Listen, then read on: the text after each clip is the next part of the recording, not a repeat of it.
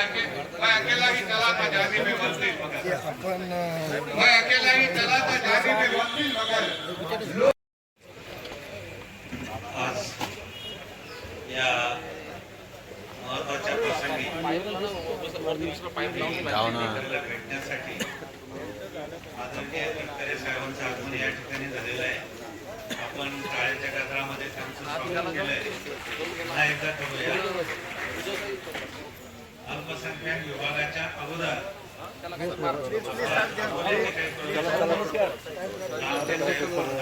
या ठिकाणी येणार आहे।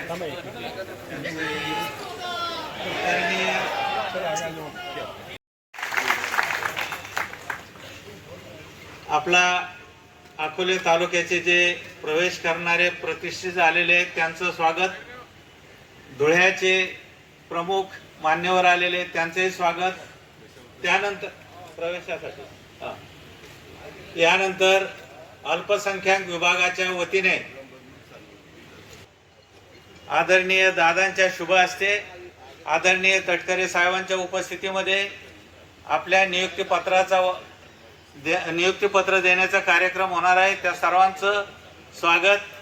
आपण सर्व भगिनी, सर्व मान्यवर, सर्व प्रमुख नेते या ठिकाणी उपस्थित राहिलात त्याबद्दल आपलं सर्वांचं स्वागत। या ठिकाणी प्रामुख्याने आपले अल्पसंख्याक विभागाचे अध्यक्ष इद्रिस भाई नाईकवडी। आदरणीय दादा त्यांची विचारधारा बदलली नाही, हे बोलले नाही, ते करून दाखवत आहे। महायुती सरकारमध्ये सामील होऊन आदरणीय दादांनी मुस्लिम समाजाच्या आरक्षण संदर्भामध्ये बैठक लावण्याची धमक हे फक्त आणि फक्त दादांची आहे। मौलाना आझाद आर्थिक विकास महामंडळाकरिता फक्त 50 कोटीची तरतूद होती, ते आदरणीय दादांनी 500 कोटी रुपये करण्याची धाडस दाखविली। त्या ठिकाणी पुसेसावडीमध्ये जी घटना घडली त्या ठिकाणी स्वतःला पुरोगामी म्हणणारे एकही नेता त्या ठिकाणी त्या घटनास्थळी भेट दिले नाही। आदरणीय अजितदादांनी पुसेसावडीमध्ये जाऊन ते घडलेली घटना त्या मस्जिदमध्ये जाऊन सविस्तर माहिती घेतली व जे आरोपी आहे ते आरोपियांवर कड़क कार्रवाई करने सूचना देऊन आले। उस नजरिए के तहत इन्होंने बहुत ही अच्छा काम किया है। दूसरी बात, आप तमाम लोग जानते हैं कि वक्फ की जो प्रॉपर्टीज है उसमें बीच में एक इंतशार करने वाला मामला चला। उसके जो 7/12 थे, जो प्रॉपर्टी कार्ड के उतारे थे, उस पर से नाम कमी कराने की मुहिम चल रही थी, लेकिन दादा ने फौरन उस बात को अपने अहमियत को जानते हुए गवर्नमेंट से वो ऑर्डर को पास किया और उस काम को रुकाया। कि क्यों कि आने वाले वक्त में हमारे वक्फ की प्रॉपर्टी है, कौन छीनेगा और कौन उसको उठाएगा ये पता नहीं, इसलिए वो नामों का वहाँ होना ज़रूरी था और दादा ने अपने तौर पे वो बात वहाँ की है। और दूसरी बात कि अभी चले हुए वक्त में सातारा ज़िले में पुसेसावड़ी एक मकाम है जहाँ कुछ गड़बड़ी हुई, इंतशार हुआ, दंगल हुई और वहाँ एक नौजवान अकलियत से एक नौजवान अपने मौत को मुंह लगाया उसने। अब आप बोलो, वहाँ का एमएलए, उस एरिया के बाकी के एमएलए ये सब अपने को सेक्युलर पार्टी के नुमाइंदे बताते हैं, लेकिन कोई सिंगल आदमी उस मतदार संघ में से जो चुन के आया है वो भी वहाँ गया नहीं।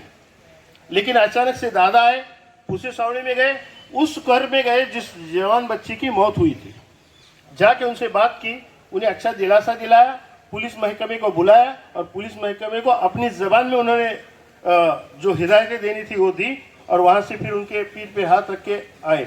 एक ध्यान रखो, ऐसी हालात में हमारे पीठ पर हाथ रखने वाला भी कोई नहीं है, हमारे आंसू पोंछने वाला भी कोई नहीं है। तो ऐसे वक्त में दादा का वहाँ आना जाना और वहाँ मदद करना और एक हमदर्दी जताना एक बहुत बड़ी बात है अपने आप में।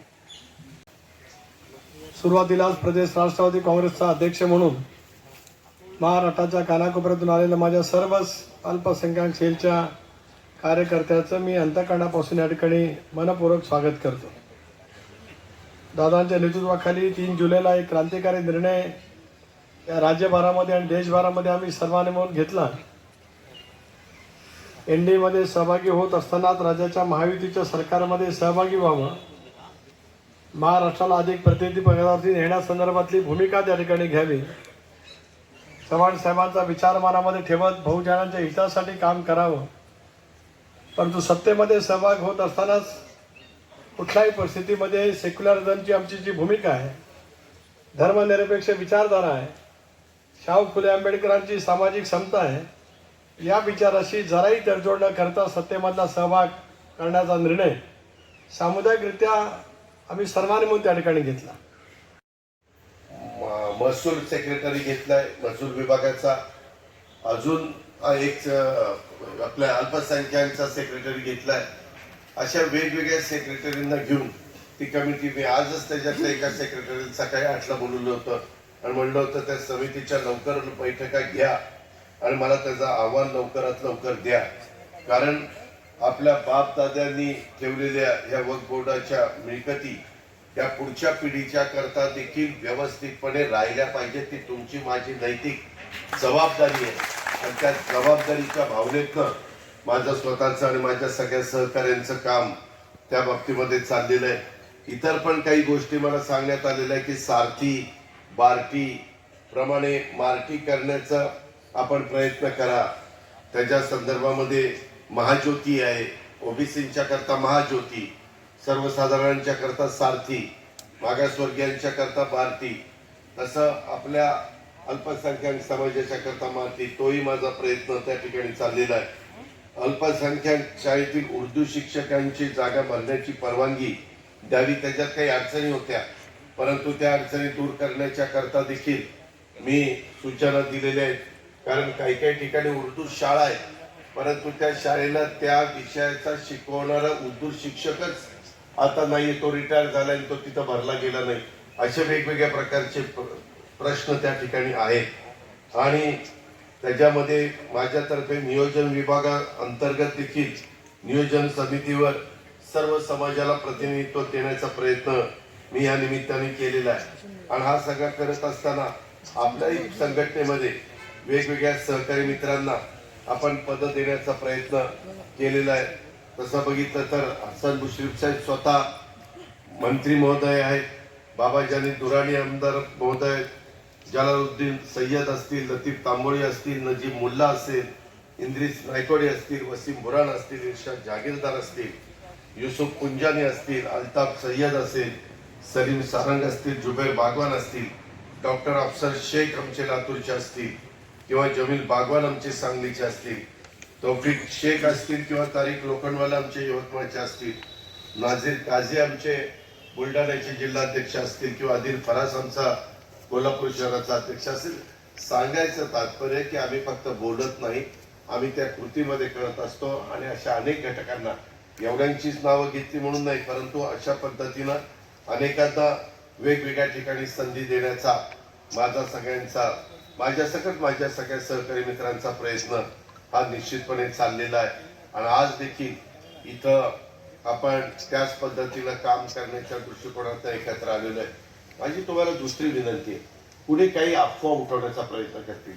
सध्या राज्यातलं वातावरण किंवा देश पातळीचं वातावरण, काही जण येणाऱ्या निवडणुका डोळ्यासमोर ठेवून काही मध्ये चेड निर्माण कशी होईल, अंतर निर्माण कसं होईल, आपल्याला राजकीय पोळी भागून कशी घेता येईल, अशा प्रकारचा प्रयत्न देखील काही राजकीय लोकांचा चाललेला आहे. माझं म्हणणं, आपण सगळेजण भारतामध्ये राहतो, आपण सगळेजण भारतीय आहोत आणि तीच भूमिका ठेवून आपण सगळ्यांनी पुढे वाटचाल त्या बाबतीमध्ये करायची. आता आरक्षणाचा प्रश्न गंभीर महाराष्ट्रापुरता निर्माण झालेला आहे, ज्याचा उल्लेख माझ्या आधीच्या काही वक्त्यांनी आपल्या भाषणामध्ये केलेला आहे. काहींनी सांगितले की इतक्या तारखेला आम्ही मुंबईला येणार आहे, नाहीतर आम्ही मुंबई बंद पाडू, आम्ही आरक्षण घेतल्याशिवाय उठणार नाही. ठीक आहे, प्रत्येकाला संविधानाने, डॉक्टर बाबासाहेब आंबेडकरांनी जे संविधान तुम्हाला मला दिलेलं आहे, त्या संविधानाने आपल्याला एकत्र ठेवण्याचं जसं काम केलेलं आहे, तशा पद्धतीनं प्रत्येकाला बोलण्याचा पण अधिकार दिलेला आहे. पण बोलत असताना आपल्या बोलण्यामुळं कुणाला त्रास होणार नाही, कुणाच्या भावना दुखवणार नाही, हाही प्रयत्न त्या ठिकाणी केला पाहिजे. ते कायद्याच्या नियमाच्या चौकटीमध्ये आपले शब्द किंवा आपली वाक्य त्या बाबतीमध्ये असली पाहिजे. आणि म्हणून हे सगळं करत असताना आपली घटना, आपले कायदे, आपले नियम आणि पोलीस खात्याला एकंदरीत त्यांची कायदा सुव्यवस्था चांगली ठेवण्याच्या करता त्यांच्यावर असणारी जबाबदारी, ते पण आपण सगळ्यांनी लक्षामध्ये घेऊन आपण पण जरी पोलीस खात्यामध्ये नसलो तर त्यांना एक जबाबदार नागरिक, भारतीय नागरिक यांना त्यांनी साथ देण्याचं काम केलं पाहिजे. आणि तशा पद्धतीनं करत असताना काही जण मात्र त्याला कसा काहीतरी डाग लावता येईल किंवा कुठेतरी अडचण निर्माण होईल अशा प्रकारचा प्रयत्न चाललाय. मी आपल्याला सांगतो, महायुतीच्या सरकारमध्ये काम करत असताना आम्ही सगळेजण हाच विचार करतोय. आतापर्यंत ज्यांना ज्यांना आरक्षण दिलेली आहेत त्या आरक्षणाला धक्का न लावता जे काही प्रत्येकाला सांगितलेलं आहे त्याच्या संदर्भामध्ये त्यांच्याकडे तशा प्रकारची कागदपत्र असतील आणि ती जुनं रेकॉर्ड तशा पद्धतीनं निघालं, निजामशाहीच्या काळातलं निघालं किंवा ब्रिटिशांच्या काळातलं निघालं तरी ते तपासून त्यामध्ये कुणालाही त्याच्यात भेदभाव हा केला जाणार नाही अशा प्रकारचा निर्णय स्वतः मुख्यमंत्र्यांनी घेतलाय, उपमुख्यमंत्र्यांनी घेतलाय, आम्ही सगळ्यांनी घेतलेला आहे. त्याचबरोबर आम्ही हे सगळं करत असताना सर्व राजकीय पक्षाच्या नेते गणांना एकत्र करून चर्चा केली आणि त्याच्यातून इतरांना जे काही आरक्षण द्यायची त्याच्या संदर्भामध्ये मागं काहींना आरक्षण देताना जसं मागं मला आठवतंय 16% मराठा समाजाला 5% मुस्लिम समाजाला 21% आम्ही आरक्षण दिलेलं होतं. दुर्दैवाने ते आरक्षण हायकोर्टामध्ये टिकलं नाही. नंतरचं आरक्षण दिलेलं ते सुप्रीम कोर्टामध्ये टिकलं नाही. अजूनही आपल्यातला वर्ग हा शिक्षणापासून थोडासा मागं राहिलेला आहे. आपल्यातल्या मुली अतिशय हुशार आहेत. मी अनेक शिक्षण संस्था चालवतो. अनेक शिक्षण संस्थांचे प्रमुख मला ज्यावेळेस भेटायला येतात किंवा मी ज्यावेळेस माहिती घेत असतो, सोशल मीडियामधनं असेल किंवा प्रिंट मीडियातनं असेल, त्यावेळेस मला हे लक्षात येतं की संधी दिल्यानंतर आपल्या मायनॉरिटीमधल्या देखील मुली अतिशय उत्तम पद्धतीनं ज्ञान संपादन करतात, यश संपादन करतात. फक्त त्यांना संधी दिली गेली पाहिजे आणि तशा पद्धतीचं काम आमचं सरकारच्या माध्यमातून त्या ठिकाणी चाललेलं आहे. आपण त्याच्यामध्ये तिळमात्र शंका मनामध्ये बाळगू नका. कुणी काही कुठं काही केलं तरी लक्षात मध्ये जे काही घडलं विशेषतः पुसे सावळीच्या बाबतीमध्ये त्यावेळेस घडल्यानंतर मी फार काही कुणाला कानावर घातलं नाही. माझा मी डायरेक्ट तिथं गेलो, डायरेक्ट तिथं भेटलो आणि ज्या काही गोष्टी समजून घ्यायच्या त्या समजून घेतल्या. तिथल्या SP साताऱ्याचे जे आहेत त्याच्याशी चर्चा केली. त्यांनाही सांगितलं की ह्याच्यामध्ये तुम्ही जर कुठं काही घडत असेल तर ताबडतोब तुम्ही वरिष्ठांना कळवलं पाहिजे, वरिष्ठांनी आम्हाला इथपर्यंत त्या ठिकाणी कळवलं पाहिजे. ती आपली एक मुलगी आज प्रेग्नंट आहे, परंतु तिला मी आधार दिला. तिला सांगितलं की एकदा तुझी डिलेव्हरी झाल्यावर मला सांग, मी तुला व्यवस्थितपणे तुझं पुढचं आयुष्य नीटपणे पार पाडण्याच्या करता नोकरी त्या ठिकाणी देईल अशा प्रकारचा शब्द पण मी त्या ठिकाणी दिलेला आहे. आणि आपण सगळेजण एक परिवार म्हणून, एक कुटुंब म्हणून एकमेकाला आधार देण्याचं काम करू. त्याच्यामध्ये कधी एकमेकाच्या बद्दल आकस, एकमेकाच्या बद्दल काहीतरी अंतर असं ठेवण्याचा प्रयत्न कदापि कोणी करता कामा नये. आपल्याला कोणाला कमी पण लेखायचं नाही, ज्याचा त्याला लखलाप. तुम्ही बघता अलीकडच्या काळामध्ये काही काही लोकांना रोज काहीतरी मराठी सवय लागली, रोज काहीतरी बडबड करायची आणि त्याच्यातनं कसं वातावरण खराब होईल, कसं त्याच्यातनं एक चांगल्या पद्धतीने सगळे गुणगोविंदाने नांदतात त्याला कसा धक्का लागेल अशा प्रकारचा प्रयत्न देखील आपण चाललेला आहे. कृपा करून त्या अफवांच्यावर किंवा त्या कुठल्याही गोष्टीवर लक्ष तुमचा म्हणजे विश्वास ठेवू नका. मी आपल्याला सगळ्यांना सांगेन, आज ज्यांना ज्यांना राष्ट्रवादी काँग्रेस पक्षाचे पदाधिकारी म्हणून आपण त्या ठिकाणी त्यांची नेमणूक करणार आहे त्याही माझ्या सहकारी मित्रांना सांगेन. आत्ता जे पदाधिकारी म्हणून काम करतात बरेचसे जिल्हाध्यक्ष किंवा लोकप्रतिनिधी किंवा कार्यकारिणीमध्ये जबाबदार पदाधिकारी म्हणून त्यांनाही सांगेन, तुमच्या कानावर कुठंही काही घडलं तर ताबडतोब आमच्यासारख्यांशी संपर्क साधण्याचा प्रयत्न करा. त्याचे योग्य पद्धतीची दखल घेऊन आपण त्याचा जे काही बंदोबस्त करायचा, जे काही काळजी घ्यायची, जे काही त्याच्याबद्दलची पावलं उचलायची, ती पावलं उचलण्याच्या करता मी आणि माझे राष्ट्रवादी काँग्रेस पक्षाचे सगळे सहकारी कुठं कमी पडणार नाही अशा प्रकारचा विश्वास आणि खात्री मी आपल्याला या सभेच्या निमित्तानं देतो. पुन्हा एकदा आपण सगळेजण मोठ्या संख्येने आलेला आहात. आमचे दौरे पण आता सुरू होणार आहे. परवाच्या 14 तारखेला महायुतीमधले भाजप, शिवसेना आणि राष्ट्रवादी काँग्रेस आणि काही मित्र पक्ष यांचे एकत्रपणे बैठका झाल्या. ही सुरुवात आहे, परंतु आता पुढं बैठका त्या ठिकाणी वाढतील. उद्याच्याला कुणाला कुठं तिकीट द्यायचं हे वरिष्ठ पातळीवर आम्ही निर्णय घेऊ. एकदा उमेदवारी दिल्यानंतर आपला तो उमेदवार आहे हे समजून सगळ्यांनी त्याच्यामध्ये काम करावं, अशा प्रकारची माझी त्या निमित्तानं तुम्हाला विनंती आहे. त्या संदर्भामध्ये काम करत असताना आज देशामध्ये 130 ते 140 कोटी जनतेचं नेतृत्व करणारा दुसरा कुणी व्यक्ती आज त्या ठिकाणी आपल्याला पाहायला मिळत नाही. म्हणून राष्ट्रवादी काँग्रेस पक्षाने तिसऱ्यांदा नरेंद्र मोदींना देशाचा पंतप्रधान करण्याच्या बद्दलची भूमिका स्वीकारलेली आहे आणि त्या भूमिकेचं स्वागत करून आपण त्याला त्या गोष्टीला समर्थन दिलं पाहिजे अशी माझी आपल्याला अंगाची नम्रतेची कळकळीची विनंती. तुम्हाला कुठल्याही प्रकारची अडचण ही सरकारच्या माध्यमातून, सरकारच्या कुठल्या विभागाच्या मार्फत किंवा पोलिसांच्या मार्फत येऊन दिली जाणार नाही, ही खबरदारी राष्ट्रवादी काँग्रेस पक्ष घेईल. याबद्दलचा खात्री मी त्या पक्षाचा अध्यक्ष या नात्याने मी आपल्याला त्या ठिकाणी देईल आणि दौऱ्याच्याही निमित्तानं आपण एकमेकाला भेटत राहू, एकमेकांचे प्रश्न सोडवण्याचा प्रयत्न देखील मनापासून त्या ठिकाणी करत राहू अशा प्रकारची विनंती करतो. पुन्हा एकदा आपल्या सगळ्यांचं मनापासून स्वागत करतो आणि आपले माझे दोन शब्द संपवतो. जय हिंद, जय महाराज.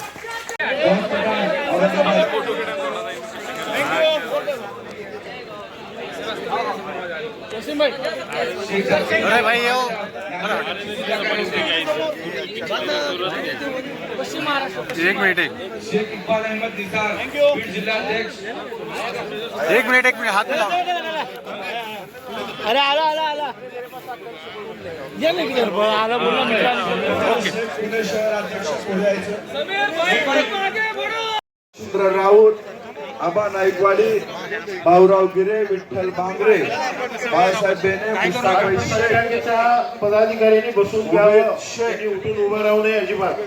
त्यांचे नियुक्तीपत्र देण्याला बोर्ड येते होते. उद्धव बाळासाहेब ठाकरे या गणप्रमुख पत्नी, उपतालुका अध्यक्ष प्रमुख हे सर्व मान्यवर आज अजितदादा पवार, सुनील तटकरे साहेब यांच्या नेतृत्वाखाली राष्ट्रवादी काँग्रेस पक्षामध्ये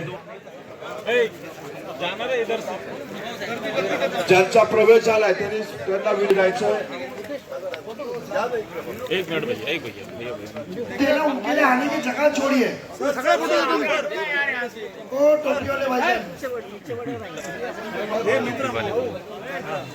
यानंतर धुळे जिल्ह्यातून आले बाई शौकत सय्यद, हुसेन साहेब, असलम अंसारी, अजीज रफिक शेख या सर्व मान्यवरांचा पक्षप्रवेश. पहिला काढा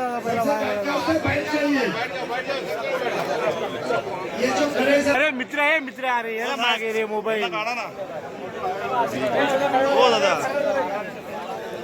कोई फोटो नीचे से सब मिलेगा आपको. मित्र इकडे इकडे उभा राहा. इथं उभा. माझी विनंती आहे ज्यांचा प्रवेश झाला थोडस पुढे लवकर चालायचं. चलिए चले चलिए आगे चलिए. अरे फोटो सबको मिलेगा.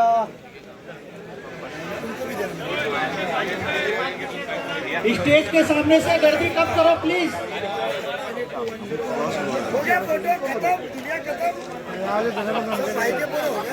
सर्व मान्यवरांचं राष्ट्रवादी काँग्रेस पक्षामध्ये या ठिकाणी हार्दिक स्वागत.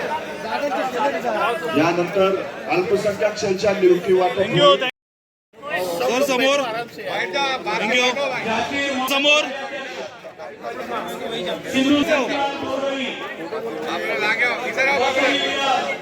थँक्यू रत्नागिरीचे मुक्तार मुक्तारबाई वीराबाईकर थँक्यू सर समोर इथे समोर थँक्यू पेनीवाले थँक्यू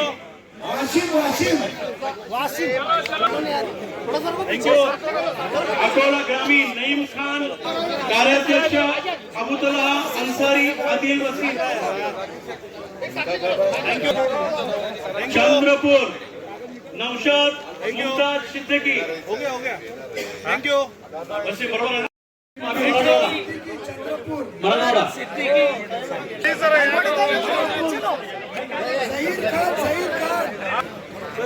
कोण आहे वरचा नसीम अन्सारी नागपूर शहरात जिल्हा नांदेड दक्षिण शेख इस्माल सावर कार्याध्यक्ष थँक्यू थँक्यू नांदेड उत्तर शाह आलम खान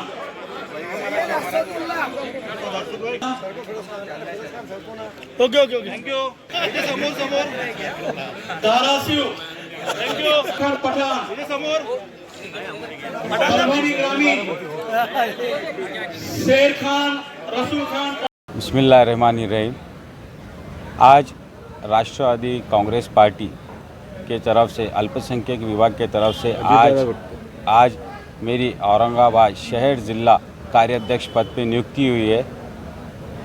हम अजीत दादा के साथ इसलिए जुड़े कि उनका काम वो जो बोलते हैं वो करके दिखाते हैं और वो माइनॉरिटी के लिए बहुत काम करते हैं। और ये भी देखे गए कि अभी हाल में एक अधिवेशन हुआ था नागपुर में, तो अधिवेशन के अंदर जो अपने को अल्पसंख्यक आर्थिक विकास महामंडल को जो बजट था वो था कि खाली 30 करोड़ रुपए पहले दिया जाता था। आज उसको बढ़ा के हमारे महाराष्ट्र के उप मुख्यमंत्री अजीत दादा पवार ने कि 500 करोड़ रुपए की निधि उपलब्ध करके दी है और माइनॉरिटी के लिए और मुस्लिम बच्चों के लिए भी एजुकेशन में, बच्चों के लिए भी एजुकेशन में ये हर तरीके से योजना रवाने की कोशिश कर रहे हैं। और इंशाअल्लाह ताला हम जो पद लिए हैं इसमें पहली बात तो हमारे रफ़ीक भाई जी का बहुत बड़ा रोल है इसमें कि वो हमारे पीछे खड़े के लड़के बोले नहीं तुम लायक है पद के इसलिए आप बनो, इसलिए अल्लाह ने उनकी ज़बान को कबूल करा और अपने हमारे भाई मोहसिन भाई, अकबर भाई और हमारे पूरे कार्यकर्ताओं ने जो सपोर्ट करा है। हमारे आज महायुति के बीच में मेड़ावा भी हुआ था, उसमें सहभागी हुए। हम इंशाअल्लाह ताला पूरी कोशिश करेंगे। और एक अजीत दादा को हमने एक निवेदन दिया है अभी हाल में कि अजीत दादा हज हाउस बन के 3 साल हो चुका है और वंदे मातरम हाउस का अभी ओपनिंग हो गई, चालू हो गया, सब चल रहा है। फिर हमारे अल्पसंख्यक के लिए अन्याय क्यों कर रहे हैं कि इसलिए हमने उनको ये मांगनी करे कि जल्द से जल्द हज हाउस चालू किया जाए। 3 साल हो गए बंद करके, उसका अभी तक चालू नहीं हुआ है। तो इसलिए इंशाअल्लाह ताला जल्द से जल्द अजीत दादा ने बात बोले, आश्वासन दिए अजीत दादा ने कि मैं जल्द से जल्द इस पे बात करूंगा, माइनॉरिटी मिनिस्टर से बात करूंगा, इस पे राय मशवरा करके आपको बोलूँगा। इंशाअल्लाह ताला कर देंगे जल्दी। मैं आज औरंगाबाद शहर से बिलोंग करता हूँ। मुझे महाराष्ट्र प्रदेश उपाध्यक्ष अजीत दादा ने बनाया है। मेरे ऊपर भरोसा करके मेरे को जो शहर में जो मेरे अल्पसंख्यक समाज के लिए तड़प देखकर आज दादा ने मुझे महाराष्ट्र की सबसे बड़ी जिम्मेदारी दी है। तो आज महाराष्ट्र के माध्यम से मैं हमारे मुस्लिम समाज के सारे मसले मसाइल औरंगाबाद ज़िले के हो या पूरे महाराष्ट्र में के हो, इंशाअल्लाह मैं अजीत दादा के मार्फत वो सॉल्व करने की कोशिश करूँगा। और अजीत दादा ने हमको आश्वासन दिया है कि मैं मुस्लिम समाज के साथ कभी भी खड़ा हूँ, आप जब आवाज़ देंगे मैं दौड़ के आऊँगा। तो आज अजीत दादा ने जो मुस्लिम समाज के लिए जो स्कीम्स रवाई है, मौलाना आज़ाद आर्थिक विकास महामंडल को महाराष्ट्र शासन 30 करोड़ से ज़्यादा बजट नहीं देती थी पहली सरकार में। अभी सरकार में अजीत दादा ने आते ही 500 करोड़ का बजट मौलाना आज़ाद आर्थिक विकास महामंडल को दे दिया है और 200 करोड़ रुपए और जल्दी देने वाले, ऐसा टोटल दादा बता रहे थे 1000 करोड़ तक की मैं जिम्मेदारी लेता हूँ आर्थिक विकास महामंडल की। उसके बाद में हमारे गौस पठान औरंगाबाद के शहर जिला कार्याध्यक्ष बनाए दिए गए हैं आज। और इंशाअल्लाह गौस पठान के माध्यम से युवक और मुस्लिम समाज के सभी बच्चों के और युवतियों के मसले मसाइल हम औरंगाबाद में अल्पसंख्यक समाज के लिए हेल्प करने का काम भी करेंगे। और गौस पठान ने आज ही हाल ही में अजीत दादा पवार साहब को निवेदन दिया है कि हज हाउस बनकर आज पूरे 3 साल हो चुके हैं। दादा ने कहा, बोले बेशक, बोले दादा, बोले उसके बाजू में वंदे मातरम हॉल है, तो वो हॉल चालू हो चुका है, पर हज हाउस अभी तक कोई चालू करने का कोई मुहूर्त नहीं निकल रहा है। हमारे औरंगाबाद में पूरे मराठवाड़े से हाजी आते हैं प्रशिक्षण के लिए, खासगी ट्रैवल्स वाले उनको लूट डालते हैं, कोई परेशान करता है। अगर ये सरकारी हॉल, सरकारी ऑफिस रहेगा, मौलाना आज़ाद सेंटर जो बना अपने हज के लिए जो बनाया गया है, ये हज रिसर्च सेंटर, इसके अंदर बहुत सारे उनको प्रशिक्षण मिलेंगे फ्री में। औरंगाबाद में उनको रहने का इंतज़ाम रहेगा इंशाअल्लाह। अल्लाह ने चाहा तो अल्पसंख्यक समाज में से हम 70 सेठ से बात करके और उनको खाने का भी इंतज़ाम की कोशिश करेंगे इंशाअल्लाह। और सबसे औरंगाबाद के अंदर अल्पसंख्यक समाज के जितने मसले मसाइल है, इंशाअल्लाह हमारी पूरी टीम, हमारे भाई सैयद मोहसिन, गौस पठान, शेख अकबर और बहुत सारे हमारे जितने भी पदाधिकारी अल्पसंख्यक के, आज उनके बहुत सारे फ़ोन आ चुके हैं अभी तक। तो ये सब मिल के इंशाअल्लाह हम औरंगाबाद शहर ज़िले का अल्पसंख्यक का उद्धार कर देंगे इंशाअल्लाह।